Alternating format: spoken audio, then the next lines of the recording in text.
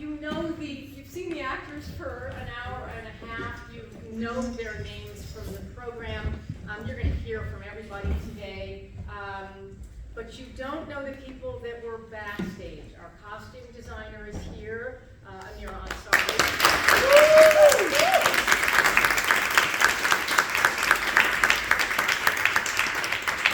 Amira also designed and executed the specialty makeup and hair, which was quite extraordinary. Our stage manager, Tirza. Where are you, Tirza?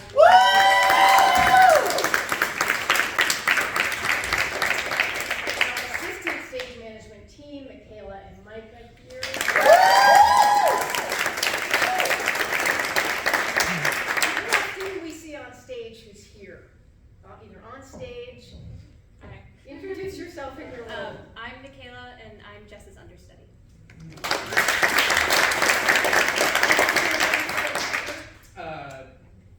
Jackson and Fiona also understudied as well. So they both did. They did the on-stage movement work, and they also did understudy. We had everything understudied for this show. The understudies do as much rehearsal as the actors, so they're kind of the unsung heroes.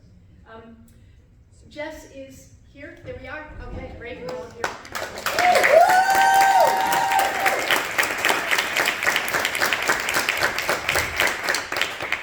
You know, I think that theater, just to say a couple of prefatory remarks, is only as relevant as its ability to connect with and be in dialogue with its community, right? And I think that's especially true for this play. For a number of years, I have felt strongly that we as a society are not telling enough stories about returning veterans. That we are not honoring these incredible people and the incredible sacrifices they've made, especially since 9/11. And I said that to enough people that Brian knew this play. James also knew this play, James Savage, our current head acting teacher. And so they suggested it, and I read it. James, I think, that brought it. Was it James who was first? Yeah. There we go. But I mean, we read it, and I just said, yeah, of course. I mean, I was moved to tears just reading it, you know. And so here we are, you know, at the end of an extraordinary production. Yeah. I know that you must have thoughts. It's a really emotional experience. I held it together today, but I wasn't so fortunate the first time I saw the play. I feel like of course it is about the veteran experience, but it is really about the experience of pain and illness and suffering, right?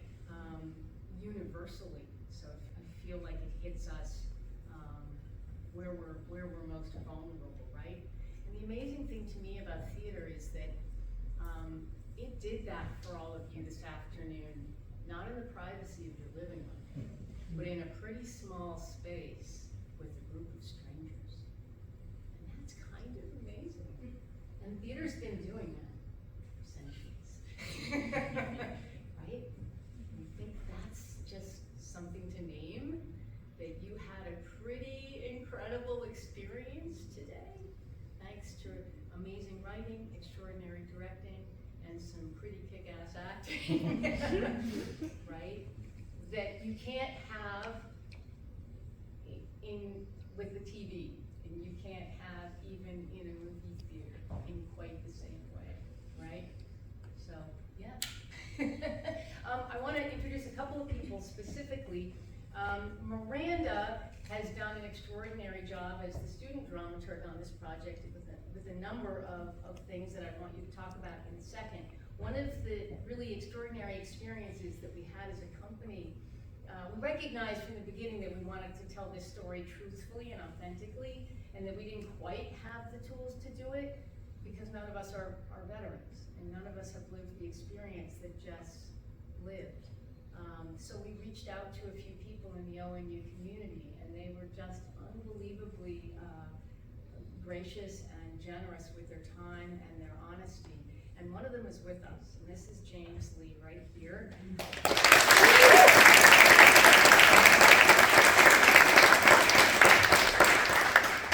Served in the U.S. Navy quite a few years, after which came to ONU to get his degree. And James came and spent some time with us in rehearsal, sharing his experiences, and saw the play a couple of nights ago, and reached out to the company, talked to Jess afterwards. So we're thrilled to have you, and we'd love to have you share your thoughts today. Want to speak up now, or? So, the play, sorry, I have a bad leg. I tore my ACL a couple months ago, so I just had surgery recently. What I got from the play when I did watch it Friday, and I spoke directly to Jess after the play, it does hit home to what a lot of us felt and saw when we came home. And I don't want to say us, because I don't see and feel the same as everybody else did. I do want to say I, when I speak to what I referenced and got from here. Thankfully, I came home physically safe. Mentally, I came home mostly safe. It's just a change that I went through, going from a civilian, returning home as a separated shipman, navyman, whatever word you want to use for us. But what hit the most toward me, and a question that I would like to ask of Jess in particular, with the attitude that you portrayed, you were biting in your comments toward Kelvin, toward your sister. That's something that I've realized, especially watching this play, of who I became. I was 18 when I left. I was 22, 23 when I came home. But in that time span, I felt like I came home as a 40-year-old. I felt like I came home as somebody completely different of who I left home from. So, if I may start out this way, how did you become that person in that role? What did you use as your reference point to become what some people may consider as an ass? Because when you're having to talk to somebody that you don't know, like in the place of Kelvin, who was not part of your life before you left, but is now there, seemingly completely different of that character. How did you become Jess? Lots of different ways. I think the very first thing I realized about Jess before even the auditions is if you play her angry, no one will like her. And you have to like Jess, you know? So I never tried to be angry. In fact, Haley's line as the mom at the end, like, you both are just scared little girls. That's how I approached Jess, was she's a scared little girl. She doesn't know what to do with herself, and so then she copes then through her humor and through her comments and such as a guard and as a barrier, and then just the way that I would view the different characters a lot of times would just bring out anger. And as far as like the sarcastic comments and stuff, what did he say to me? He said make them missiles, not landmines. So we just really played around with just really trying to insult people. And you know, she finds some joy in that as well. And some comfort to know that she's still got an upper hand in a room, even if she doesn't physically have the upper hand. She's always trying to be the biggest person in the room. So that's a summary. And I guess the last point when it comes to coming home is obviously noticing that change, because like in your case, Stevie was married, had a different life that the character was not expecting to come home to. She wanted to still come home to that comfort that she believed she had. And like when I was coming home, I came home to friends from high school married that I expected I would be able to be there for them, but I was living in Guam at the time, or I was in the Persian Gulf during OEF. So you come home to changes that you knew would eventually happen, but you never expected not to be there for. At the same time, you did expect it, but at the same time, you don't. Yeah. And then also just realizing who you become when you come home. Just like I was saying before, you're not the same person. So that snappy attitude I have toward people regularly, and I try to control it, but I can't. Because just as much like Jess said in the play, what the women felt from me, seeing someone like themselves, gave you that purpose for wanting to go back on that third tour. And for me, the military was my purpose. And now that I've been home since 2011, just like I told you folks that night that I came in and spoke to you, I still don't feel like I'm home. Because my home was the military. That's where I felt my norm. So even still with a wife and a child, I still don't feel fully at home. Because I'm not in that world that I was used to and what I believed was my purpose. So I've tried to gain it in other ways, and I am slowly getting through it. Like I told you, I'm going to go to therapy. So I'm still working on getting that purpose. But it's kind of the weird, it's the things that this play brought back into my mind that I never really realized. A lot of that you saw in Jess was from you. It really was. Yeah, we had a lot of conversation about your comments, specifically about the difficulty of reintegrating and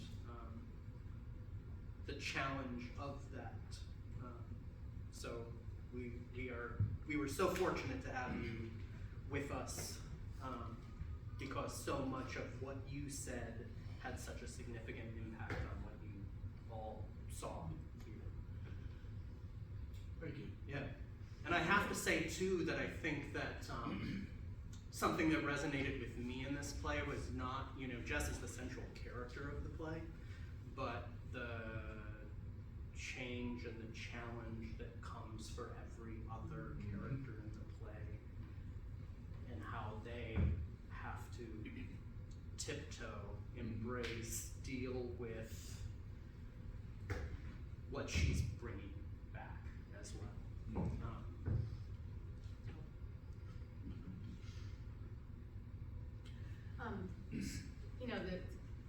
The work to get to today is 6 weeks long, and so much of it is invisible to an audience. I wonder if we could ask the company, anyone from the company, to speak up about what stands out for you about this process. Were there things that really were unforgettable, that really stand out for you, that you would say, you'd like to speak to? Anybody at all? Including Brian. For me personally, the first week was really essential to this process because Brian had us do a lot of Michael Chekhov work. He's a theater theorist, teacher, and has a certain method of getting to your acting place. And we did exercises that really personally helped me a lot to get into what Jess looks like, how she acts, how she thinks of other people, what she wants from other people. Instead of just sitting down and writing it on a piece of paper, which is what I would normally do when breaking down a script, I really got to put it into physicality and like pushing, pulling, all of those things first, and then got to sit down with my script. I would say part of that work was a process called imaginary body, which was very helpful to me as someone who was living in a body that was clearly not my own. And so we did a lot of different things, but one thing that really helped me is you sculpt your character, and you start at their feet and you sculpt all the way up in every little detail what they look like. So I sculpted Jess, and I sculpted her before she was blown up. And then I imagined her in front of me, and then I deformed her with my own hands. And I ripped off her skin, and I gave her skin grafts from other areas, and I thought about how that might adjust her weight and how she might hold herself and such. And then I went home and I drew her with and without clothes. And so Jess just really taking the time in rehearsal and out of rehearsal to really think about who is this character before we even like open the script was so helpful. So helpful. I think just the amount of freedom we had overall with just the entire rehearsal process. We were all very, very dedicated and wanted to get the work done. So we came into the space ready and prepared. But on top of that, I think just when we were initially blocking scenes, we didn't have a set place to go, and Brian didn't tell us, okay, stand here, do this. And it was like, okay, let's run through this scene, how do you feel, right? And then let's look back at it, and then we can review and see what we need to fix. And I've never been in a process where that's how you start off with. And a lot of the things that we were able to, I mean, for this even final performance, were things that we just naturally did when we were in the space and now we're on the stage. And then taking stage directions or not taking stage directions in the script and pushing those to the max is, I mean, it's been a lot of fun. The scene where he takes off his pants, all it says in the script is he takes off his pants and sits on everything else. The rest of that was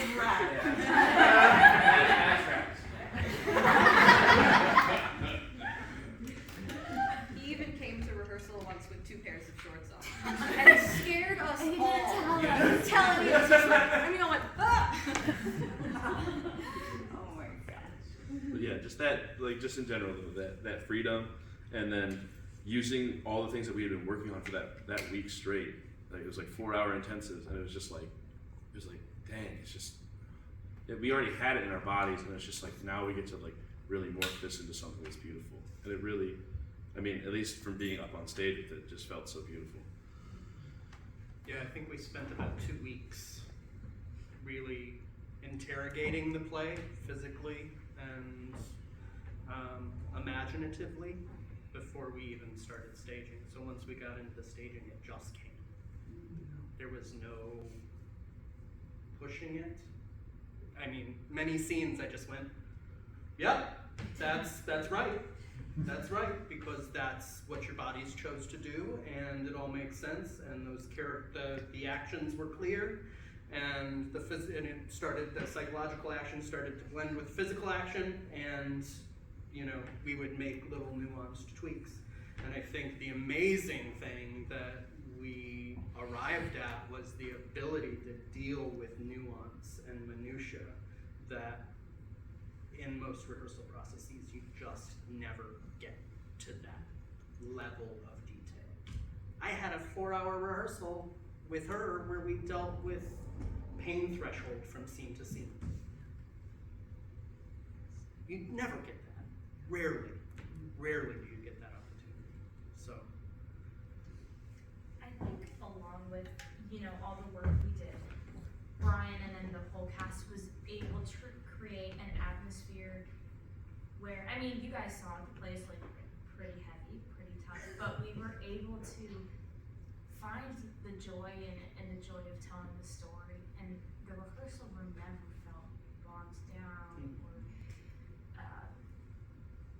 I mean, it was serious when it needed to be serious and focused when it needed to be focused, but we had a lot of fun.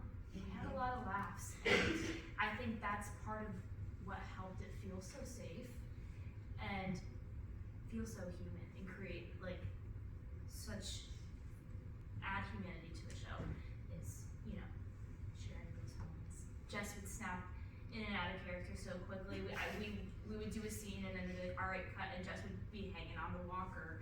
Like, so, I mean, just finding the joy in sharing the story is really special to me.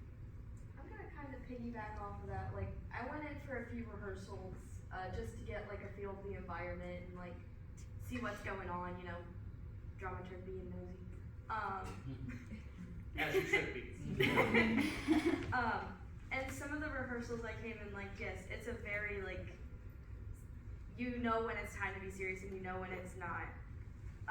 And you get like those breaks of like relief in the sense of like it's not a bogged down environment.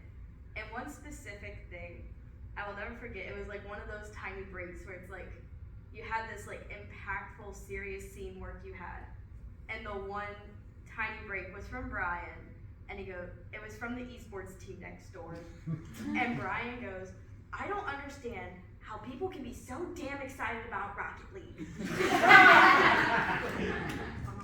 And it's like those tiny little moments that you have that like you have all this impactful scene work, and like you can feel like the heaviness from it, like from watching it, and then you just have those little moments that like just pump it back up.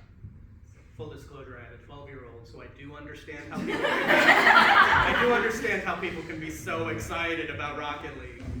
Brian, talk a little bit about the work you did for the lobby and some of the goals that you were working to achieve. So, as some of you've seen the lobby display out there, the goal was to recognize veterans within the Hardin County, Allen County, like the surrounding areas of ONU, and like families of those who go to ONU. So we made a questionnaire, and the whole point of it was, yes, to recognize them for their services and for what they've done, but it was also to bring a humanizing aspect to it, as like Brian liked to say specifically. Because like, yes, we know that Jess did 3 tours in Afghanistan, and she did the service, and like she got injured in an IED accident, but mainly the play focuses on how she's adapting back to home, how she's trying to find herself and embrace herself, and just, for a lack of better terms, like try and at least come to some sort of content with how things are changing.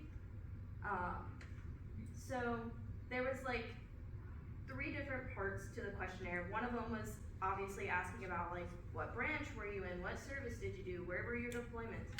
And the other part was just like a simple little bucket list activity, like things you like to do as daily life. And thanks to Trisha and Megan Durr, they made a post on the free pages and the theater arts page, I believe, just to showcase that and like how they are today. So Great, thank you. Comments from you or questions for anybody here? I have a question for the set. So from the production team aspect, can you talk about how the set happened? And from the actor-performer perspective, can you talk about how the set impacted your performance and living in this scripted space? Yeah, I can talk a little bit about just the design process. So Troy Howery, who's a scenic designer and just all around brilliant artist, was our scenic designer, and our conversations really started primarily about how the play made me feel. You know, what does the play make me feel? Some of the Chekhov terminology that we use frequently is this idea of expansion and contraction. And I felt very much that this play started compressed and claustrophobic and had this slow expansion throughout, right? And that's how we arrived at the walls and that slow expansion throughout. You may not have realized it initially. Yeah, That they, but the walls so do move, the, yeah. the walls move, they're on a 90-minute single cue. They're automated. They start in an in position and they slowly expand out. They start there and slowly expand out. We talked a lot about the economics of the, it's taking place in Florida, the shuttle programs being shut down, not an economically strong location, Titusville, Florida, kind of relied primarily on NASA. So it was important to me to see kind of, we ended up, arriving at this idea of wood paneling, which strangely enough matches the wood paneling in the space. And the light box idea. So taking, we had to switch locations frequently, and the playwright beautifully writes what she wants the scene changes to be. She talks about the convenience store sliding in. I think that's a direct quote from the playwright. And I brought all of that to Troy. I was like, how do we make it feel like it's sliding in, like Lindsey Ferrentino suggests? So we talked about having the furniture be able to transform into different things. And the light box idea came from some photography that I forget the photographer's name, but it has a lot of like light coming from unique sources. So the vents and the floor were also things like that. So we started to have these conversations about where does light come from, and then we incorporated Kathy DeVault, our lighting designer, into the conversation, and she, it was like, ooh, we can have it come from the floor, we can have it come from all of these different places, and it also then creates this kind of visual effect on actors' faces throughout that, is, we never talked about because I couldn't put a name to it that early in the design process, what the atmosphere of the play was, what the objective atmosphere of the play, the overwhelming atmosphere of the play was. We arrived at it in rehearsal in the first week, and we named it Desperate Longing. And I think that Kathy and Troy and the company captured that in a really, really beautiful way. So that was the design process. We talked about, at one point we had pictures in the frames, but then we were like, well, but do we really need that? And then this came into effect, and we were like, oh, it's a frame around the entire play that's representative of those frames. So it was kind of a spitball process that started in October, and his final designs were due, I believe, the beginning of November. So about a month-long discussion process. Other comments, questions? Just, am I allowed to ask you your whole process of what you went through with the prosthetic or the makeup, or, how long is that process? What do you expect? I spent 2 hours in the makeup chair before a show. Every show? Every 2 show. hours? Yes. Yesterday was tough with the 2-day show, I'm not gonna lie. And we went through a bunch of different options. Amira and Miranda actually were designed everything and such. And we went through different options of how can I move. I do so much storytelling with my physicality, so it had to be flexible and such. So what we arrived at is Elmer's glue and cotton balls. Yeah. So I've got a ball cap, and then the wig and the side is all just, and then everything else is that.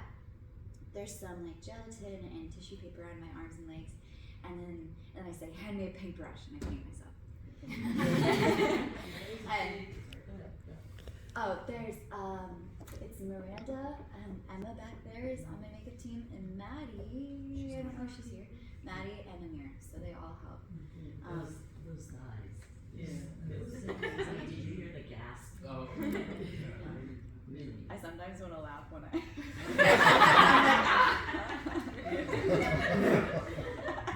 Also, the first, Isabel Rowe was the one who created the wig for that, when she did silicone on one half, and she made it from scratch. Like, that's a whole lace headpiece, silicone on one side and like hair punched.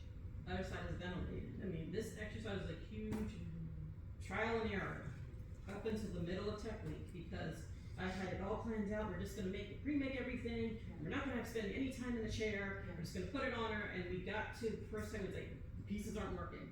But the thing is, it's just like actors' needs, actor safety. So I was like, all right, we gotta improvise. And so Miranda, Emma, sorry, is everybody in here?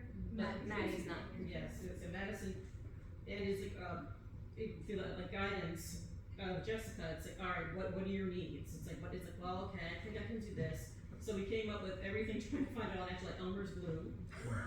We found like new skin bandages that's like the all, natural. It was cotton balls, gelatin, all of these different things. I'm make allergic it- to like everything. Yeah. I'm so bad for Amira. No, but it was just like, the redness, but that's important. And it's like, again, actors needs, actor safety, always. Yeah, but it was like, the team came together. Oh, for sure. Yes. Because, and I kept, I was looking out for my actor, so I was Yes. like, I don't want her in the chair for 2 hours. How is she gonna prep to do that 90-minute play? I drink caffeine. She drank 4 sips of Pepsi. That's a lot for me. Because in theater, you only get maybe an hour before half hour, and that's it. So it came down to the system. It always comes down to the system. Yeah. Yeah, it was pretty remarkable though how quickly they made it. They would adapt and make Yeah. changes. It's like every day we were trying something new through the tech process. They even during the show, if we ran out of something, it's like, okay, we're gonna improvise something. Let's get some next Scotch tape. Yeah. Literally. Yesterday she wrapped my head in a plastic bag and Scotch taped it down because we ran out of ball caps. I wanted to say the last ball cap. It's like, well, this is how we do it. This is how you make something cheap. Any final comments or questions?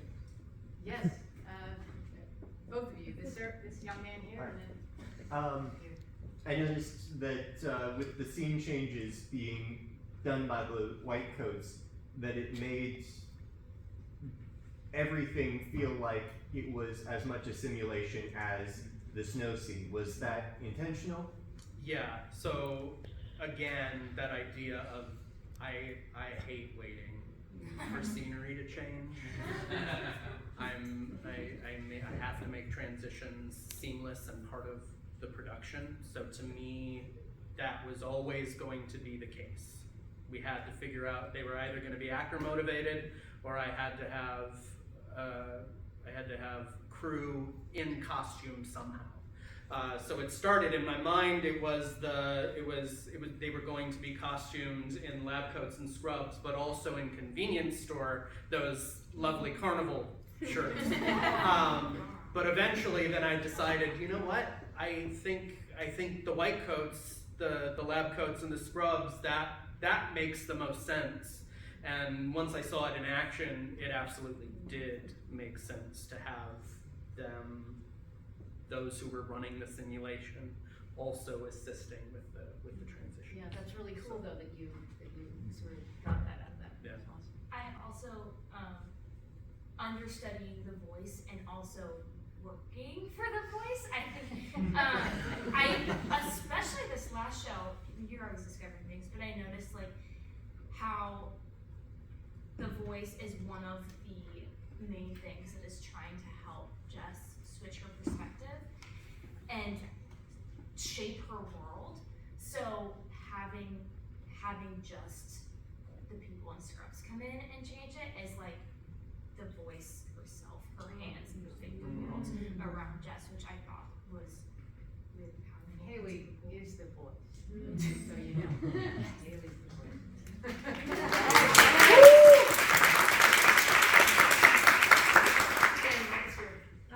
Well, I do have questions, but I just want to say everyone did an amazing job. You should really be proud of yourselves, for sure.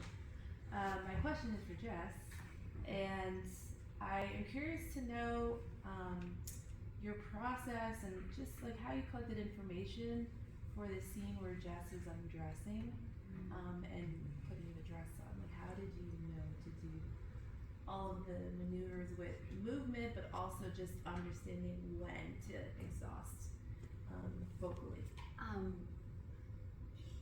This is something we did in Brian and I's 4-hour rehearsal. Right, yeah. And I was terrified for that scene, but I was also so excited. And because we had done the imaginary body work and such, and I had been living in Jess's body for so long before we got to that, I was just telling Grant this. It's funny how I know where my injured spots are and I'll react because the roof's last night Grant accidentally punched my leg and I went, ah! And I was like, what? That's gonna hurt. But like my body just knows because I've been living in it so long. And so I was so nervous for this scene, and so alone in my room at home, I would experiment. I did it. Adeline is my roommate. I did it in front of her for like 3 seconds, and she went, "I don't want to watch that." And I went, "Ah, good, I'm on the right track." And so I went into rehearsal with Brian, and he was like, "I guess we just try it." And I was like, "Okay." I was like, "Do I have a time limit?" And he said, "No." And that was the most freeing thing you could have told me. So I just did it, and then he was like, yeah. Well, I mean, and that rehearsal was such a testament to the work that we had, the foundation that we laid in the first week. Yeah. Right? I think had we not done that imaginary body work, had we not done all of that work on exploring how this impacts her physically, I think we probably could have sat there for hours going, okay, well maybe when you lift your arm, you're at a 7 or 8. But I watched it and I was like, okay, that's it. that's great. Yeah, it was kind of I was like really? yeah. She was like, that was okay. I was like, yeah, that was fantastic. Moving on. Let's get the dress. You know, that was like the next thing that we needed. Yeah. So. But also we played around with me humming Good King Wenceslas in the different scenes. It's written in the script so that when I get to the PTSD episode and I start singing the lyrics to it, it's tied in. So we did play around with how much I hum to manage pain, which then relates to the VR world. Brian said, "See, Jess isn't resistant to therapy because of the idea of the VR world is distract yourself." And so we use the humming as a way to distract as well. So that was tied into that scene as well. I'm glad you pointed out your roommate because during those moments, I was like, wow, she had to do so much work. I'm sure her roommate probably hurt. I did it quietly. Fiona's also my roommate. I didn't get to see any of that work, but when I have to come on and bring her walker, and I am right there hearing her fall and scream. Tonight I shed a tear, embarrassingly. And I came on and seeing her like in pain. She's not, but she is. It's I am. oh, Yes. So bad. it's so she's incredible. She was like, should I help you up? And I was like, you do, and I'll slap you. I was like, Jess, well, no, but she wants to. I want to so bad. One more comment here. I feel like every good play is really about human relationships, and so I would like to hear from the three of you that were on stage with her most of the time, having to emotionally react to this volatile character, because I feel like that's the power of this play so much, is seeing the interactions. And can each of you talk about how it was to try to find authentic reactions and behavior around this kind of character? Yeah, I mean, part of it was simple because it's all new to Casey. Like, this is a very new experience, the same way it was to me as an actor. So as we were moving through it, I felt like I was learning with Casey how to respond to all these different things, and it changed all the time. Even there were moments tonight when I was like, I've never done that before. Like, it changes every single day, and I still feel like I'm learning new things throughout the play. You guys?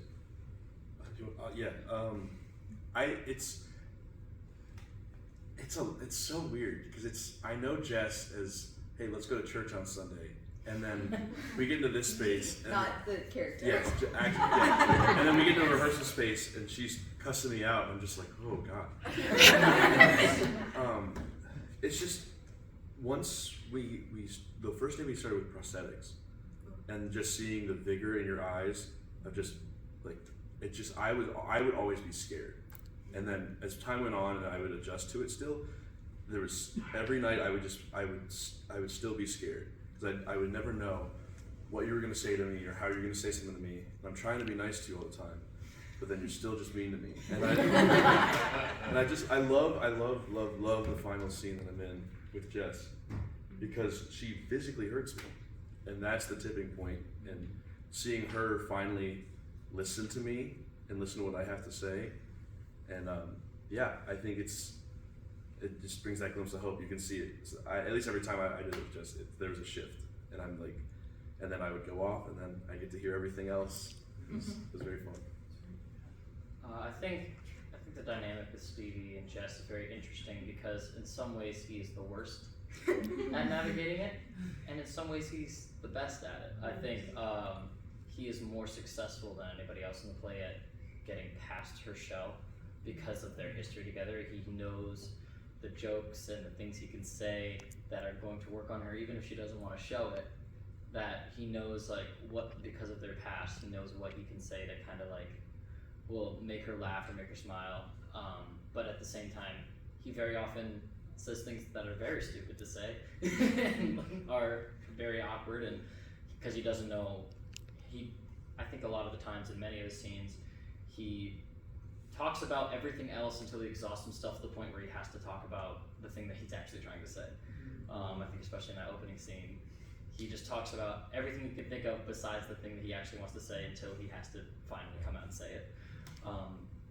So I think that's kind of navigating that, is just simultaneously knowing that I can get past the show, but also running into it a lot on the way there. It's a real testament to good playwriting too. Yeah. I mean, I think the playwright really nailed the awkwardness of the human experience. I mean, I think all of these people are so just damaged in their own ways and trying to figure out how to deal with that. Yeah, and the fact that she doesn't shy away from that awkwardness, from the fear and the fallibility and the self-deception and all of the reactions that we humanly have to this situation, right? I think that that's what I find so beautiful and emotional about the play, is that it's just heartbreakingly human, right? In all of those, varieties of responses to what Jess has experienced. It took everything out of me. I'm just Yeah. a mom to not jump up there and help her. I was like, oh, I'm gonna help you. But that's not the best thing always. It's like she's got to figure it out herself. And I will say, since I have the book, this is, for Jess, I know it's been a very emotional play, and I've been talking to her about internalize that, but use the play to be able to go on. You have that hope, you have that, and it's like what you can do for the world. You can change the world through this. Don't carry that pain with you. Use it to propel yourself forward. It's beautiful. And so, Jess, keep at it. You guys are wonderful. And Mom, oh my gosh. Thank you. We're gonna give James the last word here. So, first off, I emailed Joan asking the chance to be able to talk to you guys one last time. Amazing.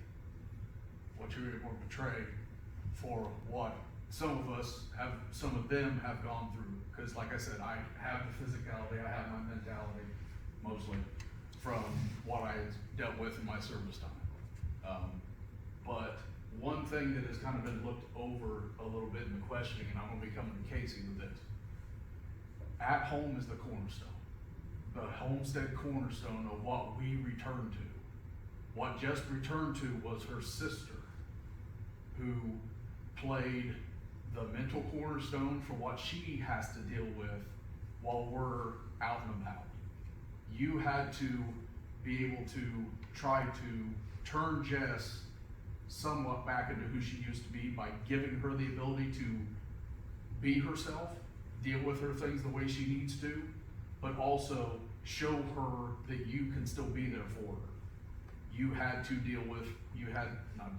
don't want to say, but you had to circumvent the life of coming into terms with Kelvin, as being your boyfriend, possibly looking for that future, trying to figure out how you can grow into a future. You had to show Stevie how it was going to be, if he was going to be around, either as a friend or the weird kind of circumstantial love interest that he was still playing to be, how he was going to have to be. You had to circumvent with your mother, who was going through dementia, who was losing herself, but you still had to find a way to bring her into the norm of what was going to be your norm with her, her norm with Jess. So how did you come into that character, being a cornerstone for 4 other different characters? It's, oh gosh, there's so much to say. It was a lot of taking inspiration from like my personal life. Like I looked a lot to my mom when I was starting to work with Casey. She deals with so much in her life with family stuff. Some of the stuff in the play, like my grandma started to struggle with dementia. And so I see my mom and how she interacts with that and how she balances that, and then me being here and my 2 younger siblings at home, and seeing how she handles that with such grace has really helped me to understand Casey more. And also, I think just when on stage, it's all about like the inner monologue. Like Casey's mind is always racing, like what can I do, how can I help, what can I do next, what do I need to do later, what do I need to do tomorrow, what could I have done yesterday? Like those kinds of things have really helped me stay in it on stage, because I can never be just doing one thing. You always have to be thinking about everything else. And that's where you really learn that there's not just war outside of your home. Right. There's not just war in the field or out for us out at the sea, but there's war for those that are sitting at home waiting for us to return, dealing with all those aspects of life. And you did amazing at showing that. Thank you.